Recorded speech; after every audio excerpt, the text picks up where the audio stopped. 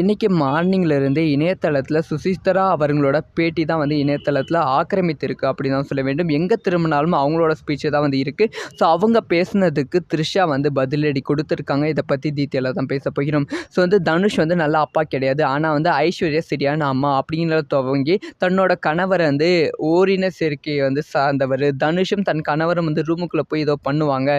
அது மட்டும் இல்லாமல் அவங்களோட பர்சனல் புகைப்படங்கள் எல்லாமே வந்து த்ரிஷா வந்து லீக் பண்ணுவாங்க. த்ரிஷா தனுஷும் வந்து டேட்டிங் போவாங்க. த்ரிஷா தனுஷ் கேங்லாம் வந்து ரொம்ப மோசமான கேங். திருமணத்துக்கு அப்புறமா ஐஸ்வர்யாவும் தனுஷும் தனித்தனியாக வந்து வேறு ஒருத்தரோட திருமணத்துக்கு அப்புறமா வந்து டேட்டிங் செல்வாங்க அப்படி சொல்லி பயங்கரமான குற்றச்சாட்டு வந்து சொல்லியிருந்தாங்க.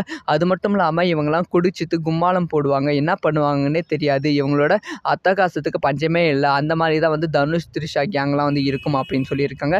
மேலும் தன்னோட பர்சனல் புகைப்படங்கள் எல்லாமே வந்து த்ரிஷா வந்து எடுத்துப்பாங்க, அதையும் வந்து பேசியிருக்காங்க. இதுக்கு வந்து த்ரிஷா வந்து தன்னோட இணையதள பக்கத்தில் வந்து ரியாக்ட் பண்ணியிருக்காங்க.